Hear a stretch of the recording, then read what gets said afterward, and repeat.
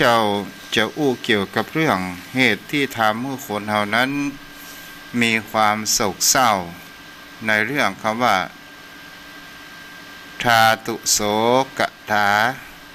ธาตุโสกถาก็หมายถึงคำว่าธาตุที่แท้แห่งความโศกเศร้าที่จะทำให้คนเฮานั้นจะมีความเมาหวั่นใจในภายหลังและนำพาซึ่งความรุ่มร้อนในจิตใจเกิดขึ้นกับตนตัวของเฮานั่นเอง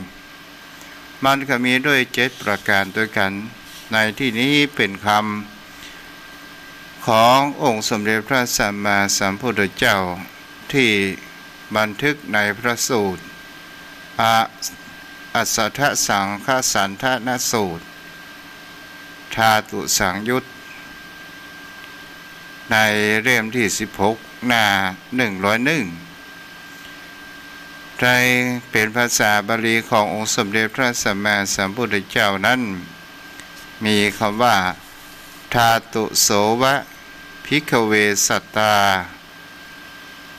สังสันทันติสเมนติอัสสัทธาอัสสัทเทติสัตถิงสังสัททันติสเมนติอาหาริกาอาลิอะหิริเกหิอาโนตาปิโนอาโนตาปิหิอปัสสุตาอปัสสุเตหิกุสีตากุเสเตหิพุทธัสสติโนมุทธัสสติหิทุปัญญา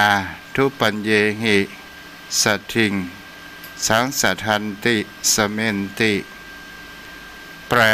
เป็นเนื้อหายใจความของบทบาลีบทนี้ได้ว่าดูก่อนภิกษุทั้งหลายสัตว์โลกทั้งหลายย่อมคบค้าสมาคมกันโดยธาตุนั้นแลสัตว์โลกที่ไม่มีศรัทธาย่อมคบค้าสมาคมกับสัตว์โลกผู้ไม่มีศรัทธา 1. สัตว์โลกที่ไม่มีหิริย่อมคบค้าสมาคมกับสัตว์โลกที่ไม่มีหิริ 1. สัตว์โลกที่ไม่มีโอตตัปปะย่อมคบค้าสมาคมกับสัตว์โลกที่ไม่มีโอตตัปปะ 1. สัตว์โลกที่มีสุตตะน้อยย่อมคบค้าสมาคมกับสัตว์โลกที่มีสุตตะน้อย 1. สัตว์โลกที่เกียจค้านย่อมคบค้าสมาคมกับสัตว์โลกที่เกียจค้าน 1. สัตว์โลกที่มีสติหลงลืมย่อมคบค้าสมาคมสัตว์โลกที่มีสติหลงลืม 1. สัตว์โลกที่มีปัญญาย่อมคบค้าสมาคมกับสัตว์โลกที่มีปัญญา3นี่ก็คือเป็นในหลักคำสอนในพุทธพจน์ของพระพุทธองค์ที่ได้ตรัสไว้ในพระไตรปิฎกที่ครูบาอาจารย์ได้เอามาเผยแผ่ได้นำออกมาแต่เฮานั้นจะหาได้ว่ามันมีความเข้าใจยากแต่แค่เฮามีศึกษาแล้วเฮาก็จะหันได้ว่าคำว่าธาตุในที่นี้ก็หมายถึงคำว่าจริตเดียวกันนั่นเองโยมพ่อโยมแม่เป็นสิ่งที่คนเฮานั้นก็จะหันได้คำว่าธาตุเป็นสิ่งที่คนเฮานั้นบางครั้งบางคราวเฮาจะหันได้ว่าการคบค้าสมาคมอย่างเช่นบุคคลคนหนึ่งนั้นชอบไปวัดไปวาชอบทำบุญกินทานเฮาก็จะต้องไปหากัลยาณมิตรที่ชอบทำบุญกินทานเช่นเดียวกันแต่ถ้าว่าคนเฮานั้นชอบไปทางอบายามุขไปทางแห่งความเสื่อมเป็นจวนกันเที่ยวเตะเป็นนักเลงสุราเล่นการพนันมันก็จะไป คบค้าสมาคมในบุคคลที่คล้ายคลึงกับเฮานั่นเองนั่นก็เรียกว่าเป็นจริตเดียวกันในคำว่าธาตุแท้เดียวกัน7ประการด้วยกันประการหนึ่งศรัทธาญาติโยมทั้งหลายเฮาก็จะหันกันได้ว่าคนที่จะนำพาให้ความโศกเศร้าเกิดขึ้นมาในภายหลังคือกับตนตัวของเฮาก็ควรจะหลีกเว้นพฤติกรรมสิ่งเหล่านี้เกิดขึ้นมี7ประการด้วยกันที่ครูบาอาจารย์ได้ย่นย่อมาให้พอความเป็นเข้าใจประการหนึ่งนั้นศรัทธาญาติโยมทั้งหลายคนที่มามีศรัทธาย่อมคบค้าสมาคมคนที่มามีศรัทธาจะเป็นสิ่งที่คนเฮานั้นก็จะหันได้ว่าทุกหมู่บ้านทุกชุมชนทุกที่ทุกแห่งบนโลกใบนี้มันก็มีทั้งคนดีและคนเลวก็เป็นสิ่งที่คนเฮานั้นก็จะหันได้ว่าบ้านใดพ้องมามีผีบ้าบ้านใดพ้องมามีคนขี้เหล้าบ้านหลังใดหมู่บ้านใดพ้องมามีคนที่ชอบปนเฮาว่าจ้องจับผิดตลอดจนถึงเฮาผู้ภาษาง่ายๆก็ว่าบ้านใดพ้องคนมามีหัวแพทย์ก็เป็นสิ่งที่มันก็จะต้องมีแล้วบ้านใดพ้องมันก็จะต้องมีคนที่ชอบทางสั่งสมบุญญาวาสนาสั่งสมบุญญาบารมีชอบกินชอบทานมันจะมีนักมีน้อยมันก็ขึ้นอยู่แห่งครั้งหนึ่งแห่งกรรมหนึ่งนั่นเองโยมพ่อโยมแม่คนที่มามีศรัทธาก็คบคนกับคนที่มามีศรัทธาเฮาก็จะหันกันได้ว่าบางครั้งบางคราวเปิดมีกิจกรรมในชุมชนในวัดในวาทางด้านสิ่งที่ทำความดีทำบุญกุศลเกิดขึ้นเขาเหล่านั้นก็จะต้องเฝ้าจับผิดกับบุคคลผู้มีความเสียสละบุคคลผู้มีจิตอาสาบุคคลที่ทั้งลงแรงความคิดและลงแรงแห่งกำลังทรัพย์เกิดขึ้นเฮาอุกกันเข้าใจง่ายก็หมายถึงบุคคลมือที่3นั่นเองเป็นสิ่งที่อันตรายมากเพราะเขามามีศรัทธาแล้วเขาก็ย่อมนำความใส่ร้ายให้คนอื่นนั้นได้รับความเสียหายเกิดขึ้นเพราะว่ามามีความศรัทธาเกิดขึ้นในหัวจิตหัวใจของเขานั่นเองแต่บุคคลเหล่านี้เราก็จะหันได้ว่ามีทุกที่ศรัทธาญาติโยมทั้งหลายบอนลงใดห้องที่มันบักคันมันก็จะต้องมีคันกุฏิมันก็มีทั้งคนดีและคนเลวเป็นเรื่องธรรมชาติเป็นเรื่องธรรมดาแต่สิ่งที่สำคัญมากที่สุดคนที่จะก้าวฝ่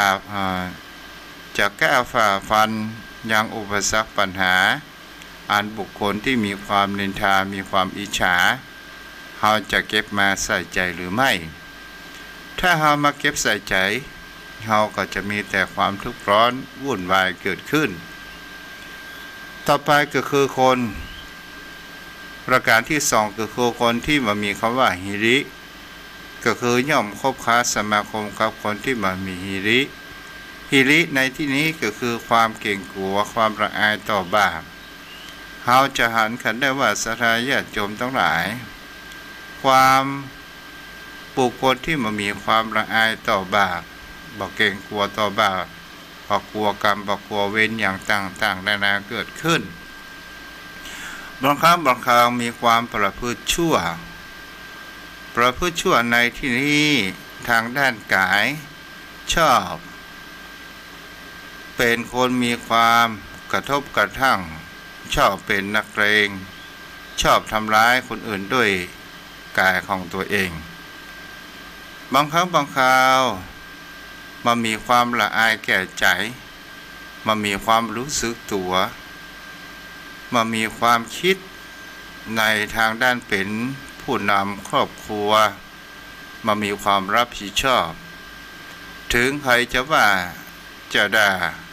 อย่างใดก็ตามเขาก็เมินเฉยก็ถือว่าบุคคลคนนี้มันมีความละอายเกิดขึ้นแม้บางครั้งบางคราวเป็นสิ่งที่เราก็จะเห็นได้ว่ามีความคดโกง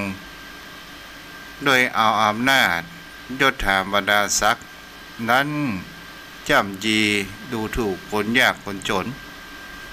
และก็มีการทุจริตเกื้อกูลกับบุคคลในเปิดห้องว่าเอื้อซึ่งกันและกันบริวารอย่างนี้เป็นต้นก็มีความละอายเกิดขึ้นเมื่อมันมีความละอายเกิดขึ้นในจิตในใจก็ก่อสิ่งเลวร้ายเกิดขึ้นสุดท้ายก็จะต้องมีความทุกข์ระทมขมขื่นเพราะว่าความลับมันมามีในโลกนี้เป็นสิ่งที่คนเรานั้นจะถูกเปิดเผยเมื่อใดมันก็เป็นเรื่องกาลเวลาแห่งครั้งหนึ่งนี่สิ่งเหล่านี้เฮากระจายกันได้ศรัทธาญาติโยมทั้งหลายโยมพ่อโยมแม่เฮาก็ลองสังเกตว่าบางคนเฮาฮู้กันว่าสุราหรือว่าเหล้านั้นนำพาแห่งความเสื่อมนำพาแห่งความชิบหายหายนะเข้ามาในชีวิตครอบครัวและมาในตนตัวของเราเองบางครั้งบางคราวลูกบ่าวลูกสาวขอสตางค์ซื้อขนม40 50หรือ10 บาทแต่เฮาฮู้บ่ได้ว่าเฮาได้ตะคอกใส่ลูกว่าขอสตางค์ไปซื้อกินขนมอย่างล้ำเหลือแต่เวลาคนเฮานั้นไปกินสุราเมื่อเฮาไปกินสุรากงบ่พอเอา2 กงแต่เฮามาหันคุณค่าอย่างสตางค์ที่เฮากินไปแล้วเป็นสิ่งเหล่านี้เฮาจะเห็นได้ว่านี่ก็คือมันมีความละอายเกิดขึ้นในแก่ใจนั่นเองนี่ลักษณะญาติโยมก็ได้อยู่2 ประการด้วยกันก็คือประเภทที่3คือคนที่มันมีความว่าโอตปะก็คือมันมีความเกรงกลัวต่อบาปก็คือมันมีความเกรงกลัวต่อบาปย่อมคบค้าสมาคมกับคนที่มันมีคำว่ามันมีโอตปะมันมีความเกรงกลัวต่อบาปนั่นเองเฮาก็หันหลายสิ่งหลายอย่างที่เกิดขึ้นโดยการที่มันมีความเกรงกลัวอย่างเช่นเป็นนักเพิ่นว่ามือปืนรับจ้างและก็เป็นสิ่งที่คนเฮาจะหานแห่งประการหนึ่งเพิ่นชวนไปวัดไปว่าบ่สามารถที่จะไปได้เวลาเพิ่นพาไปแสวงหากินไปทำร้ายสัตว์นั้นชอบเพิ่นพาไปสนุกสนานในความเพลิดเพลินเอวพับเอวบาชอบอย่างนี้เป็นต้นนี่แหละศรัทธาญาติโยมทั้งหลายมันมีความเกรงกลัวต่อบาปนั่นเองถ้าเราจะขยายความไปลึกๆโยมพ่อโยมแม่กันเดียวทุกเจ้าก็จะประทานกับโยมพ่อโยมแม่เนาะประการที่4นั้นคือคนที่มีสุตะน้อยย่อมคบกับคนที่มีสุตะน้อยสุตะในที่นี้ก็หมายถึงการฟังโยมพ่อโยมแม่คนเราจะหันได้ว่าการรับฟังความคิดเห็นการรับฟังสิ่งที่เขาได้อู้จามา เฮาจงเก็บคำที่มันมีประโยชน์ต่อตนตัวของเฮานั้นมาไว้เป็นผู้สอนจิตสอนใจของเฮานั่นเองแต่บุคคลที่มามีความรับฟังในความคิดเห็นของคนอื่นบ่ได้รับฟังแห่งข้อคิดต่างๆนานาจากพระสงฆ์องค์ข้าเจ้าก็ตามจากพ่อจากแม่ก็ตามเป็นคนที่มีความรับฟังน้อยบ่มีความสนใจอย่างเช่นสมัยเป็นตอนเป็นนักเรียนบ่ชอบบ่รับฟังเสียงครูคนนี้บ่ถูกจริตตัวเองและเป็นวิชาที่บ่ชอบเมื่อบ่รับฟังน้อยตอนสุดท้ายตัวเองนั้นก็ต้องสอบตกเพราะว่าบ่มีความเข้าใจเพราะว่าบ่ได้รับฟังผู้มากนั่นเองตลอดจนถึงชีวิตของคนเฮา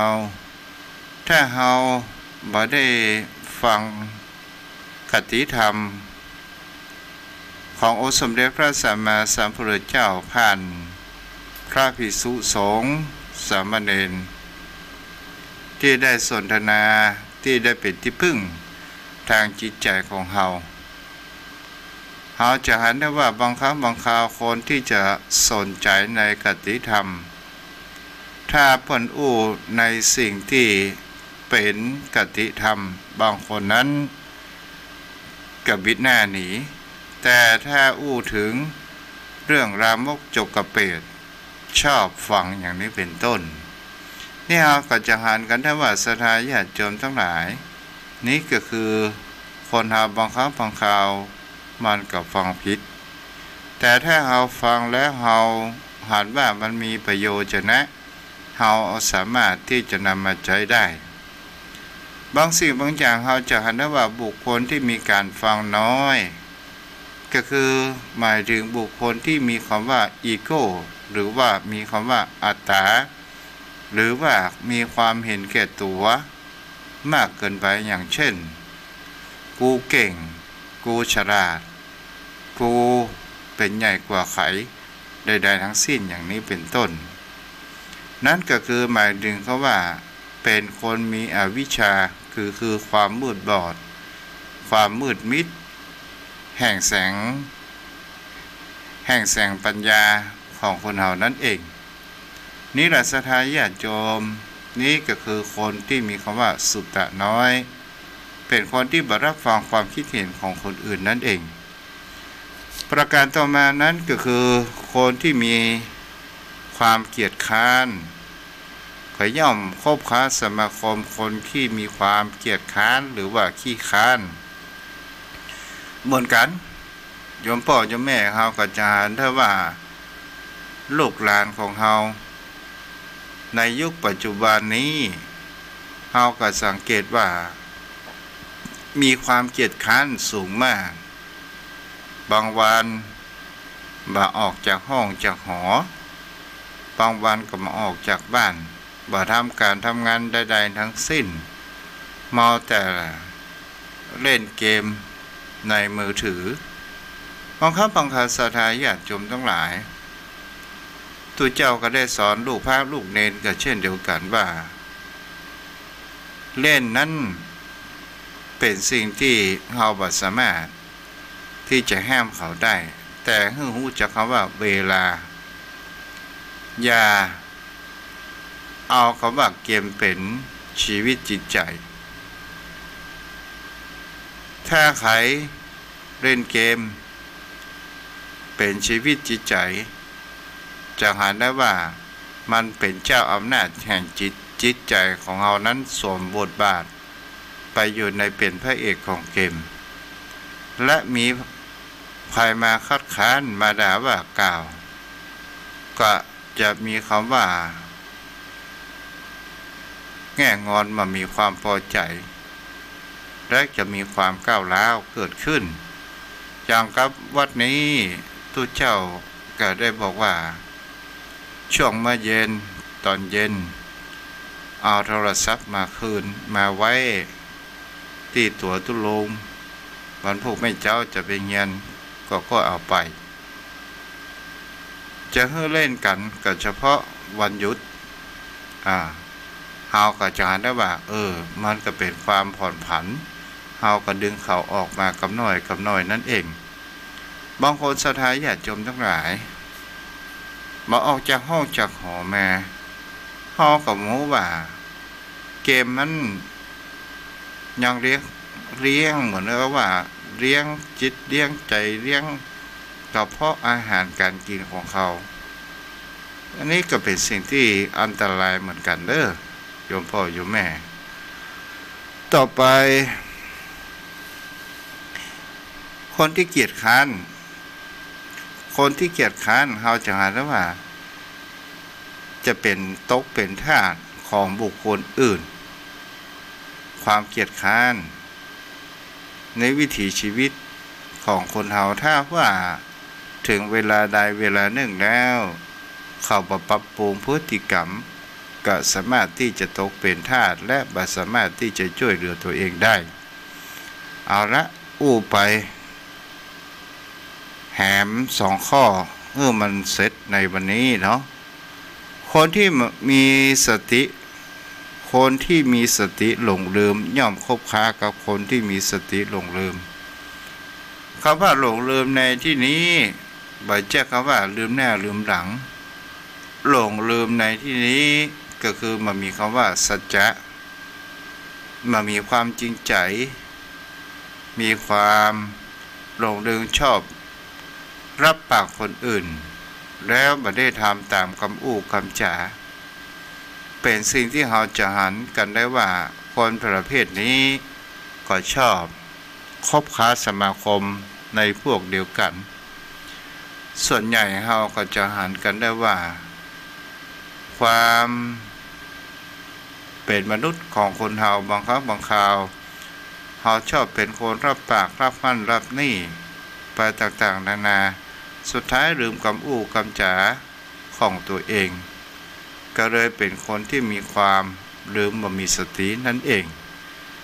เหมือนครับคนกินเหล้าศรัทธาญาติโยมทั้งหลายพอลูกเจ้าขึ้นมาบอกว่าตัวเองนั้นทำมาอย่างมันเป็นไปบ่ได้ศรัทธาญาติโยมทั้งหลายบุคคลที่กินเหล้าเขาจะหันได้ว่าเวลาเขาเมาเวลาเขาทำร้ายครอบครัวต่างๆตบบรรพุแม่เจ้าใครแม่ทราบเป็นสมัยตะก่อนกับมีฝาเนาะใครแม่บุบฝาเงินลุเนี่ยแต่งกับแกล้งทำอย่างต่อสมัยตะก่อนขายเอาหม้อน้ำขว้างแตกไผ่สุดท้ายเขาก็หันว่าเขาหาข้ออ้างความแก้ตัวนั่นเองเมียก็บอกว่าแอ้นะกะเอาแตกไอ้หมหูเรื่องเด้ออีกถ้าไอ้กินเหล้ามาแต่คืนด่าลูกแล้วก็เขียนลูกแฮมพอโคตรวิ่งขายห้ามบอกฟังเอาหม้อน้ำฝังแตกไอ้หมหูเรื่องเนี่ยนี่ก็คือข้ออ้างนั่นเองสถานญาติโยมทั้งหลายตอนเวลาเมาเหล้าเขาทำอะไรอย่างเขายังไม่ทำเป็นสิ่งที่คนเหล่านั้นจะหาได้ว่าคนมีสติหลงลืมคนมีปัญญาสามก็คือคนมีปัญญาสามก็หมายถึงว่ามีความคิดแต่ในเรื่องทางด้านที่บดีมองโลกทางด้านลบอยู่เสมอเป็นคนที่บ่ไว้ใจไผแม้กระทั่งตัวเองยังบ่ไว้ใจตัวเองนั่นเองมีแต่ความคิดเลวร้ายมองทุกสิ่งทุกอย่างเป็นภาพลบไปทั้งหมดมองภาพลบก็หมายถึงว่าก็คือหาในหยังกติชินดินทาว่าเปิ้นถูกหวยใบ2 ใบบ่ได้พอละก็ไม่ขึ้นสวรรค์แอบก็คือหาว่ามีความอิจฉาคิดในสิ่งที่บ่ดีเกิดขึ้นเขาถูกหวยกันเบอร์มันเบอร์เฮาคนเดียวยังบ่ถูกปะก็ตัวเก้าประเทศสั่งสมบูรณ์กุศล บางครั้งบางคราวสิ่งเหล่านี้เราก็จะกันได้ว่าคนที่ปฏิบัติปัดผูพ่อแม่คนที่ได้ทำความคุณงามความดีไว้ให้กับสังคมจะเป็นพระพุทธศาสนาสังคมในหมู่บ้านโดยการที่เราบ่ได้หวังสิ่งตอบแทนใดๆทั้งสิ้นบางครั้งบางคราวบุญกุศลสิ่งเหล่านี้มันก็ย้อนมากับช่วยเราโดยอัตโนมัติโยมพ่อโยมแม่ก็ลองตึกตองดูสังเกตดูกันแล้วกันว่าถ้าคนเราคิดดีทำดีได้ดีถ้าคนเราคิดชั่วทำชั่วสิ่งเลวร้ายมันก็จะเกิดขึ้นกับตนตัวของเราเองอันนี้ฝากเป็นข้อคิดให้โยมพ่อโยมแม่ได้รับฟังกันในคำว่าโศกคาถาทาตุโศกคาถาก็คือสิ่งที่ทำให้จิตใจของคนเรานั้นมีความโศกเศร้าในภายหลัง7ประการด้วยกันเราก็ควรจะเว้นในสิ่งเหล่านี้เกิดขึ้นเราจะเห็นว่าในเรื่องนี้เกี่ยวกับการประพฤติจริตบุคคลในเพิ่นเขาว่าพอสิ่งแวดล้อมพอคนที่ข้างเขาจะนะว่าคนที่ชอบกินชอบทานชอบทำบุญก็จะมีกัลยาณมิตรที่ดีก็จะได้ผูกพันกันไปก็ได้มีความคิดที่ดีแต่คนที่มีความคิดบ่ดีเขาอู้แง่ๆเข้าใจง่ายโยมพ่อโยมแม่คนชอบกินชอบทานกับคนอู้จากที่ชอบกินชอบทานคนที่เป็นนักเลงทางด้านบดีคนชอบจนไก่ก็จะไปอู้เรื่องจนไก่คนชอบตกเบ็ดก็ไปจะอู้เรื่องตกเบ็ดไปท่านดีป่าที่ไหนท่านกินนักคนชอบรักขโมยก็ไปคบค้าสมาคมคนที่มีหัวขโมยเดียวกันเนี่ยเราก็สังหารได้ว่าเป็นสิ่งที่คนเรานั้นคบคนเช่นใดก็จะเป็นคนเช่นนั้นอย่างนี้เป็นต้นเนี่ยโยมพ่อโยมแม่ได้กล่าวมาสิ่งที่จะทวนให้ฟังแห่งครั้งหนึ่งคนที่มามีศรัทธา2คนที่มามีฮีริก็คือมามีความละอายแก่ใจในการทำชั่วคนที่มามีโอตตัปปะมามีความเกรงกลัวต่อบาป4คนที่มีสุตตะน้อยคือคนที่ไม่ยอมรับฟังความคิดของคนอื่น5ก็คือคนที่มีความเกียจคร้านสันหลังยาวอ้างว่าเจ้าอ้างว่าฮ้อนอ้างว่าเย็นก็ว่ากันไป6ก็คือคนที่มีสติขี้หลงลืมก็คือเป็นบุคคลที่อู้ในมามีหั่นอย่างนี้เป็นต้น7ก็คือคนมีปัญญา3มีความคิดดังท่านที่ต่ำย่ำยีคนอื่นตลอดจนถึงมีปัญญา3ในคิดทางบนโลกใบนี้ทางด้านแง่ลบกันดังนั้นนั่นเองเอาละโยมพ่อโยมแม่วันนี้ก็พอไว้เพียงเท่านี้ขออนุโมทนาเด้อกับโยมพ่อโยมแม่ที่รับฟังกันทาง Facebook มีโยมแม่สายคำทะรักการับฟังรับชมชัดเจนดีเจ้าอยู่ที่ดอยสะเก็ดแล้วคนโยมน้ำเพชรน้ำหนึ่งไว้สาท่านพระครูอนุโมทนาเด้ออยู่ดอยหล่อนอฟังชัดเจนดีใครอยู่ตัดใดมุมใดถ้าว่าตั้งฝางเปิ่นยังปล่อยสัญญาณอยู่ก็อนุโมทนาแล้วก็มีตังคุณครูยากศนเนาะก็ได้เร่งส่งรายเข้ามาเนาะอนุโมทนาเด้อเอาละโยมพ่อโยมแม่ตอนนี้เปิดสายหน้าไมค์ครูบอยเทพประสิทธิ์สาธุอนุโมทนาเด้อเปิดสายหน้าไมค์โยมพ่อโยมแม่ผู้จ๋าสนทนากันเนาะ 0631639950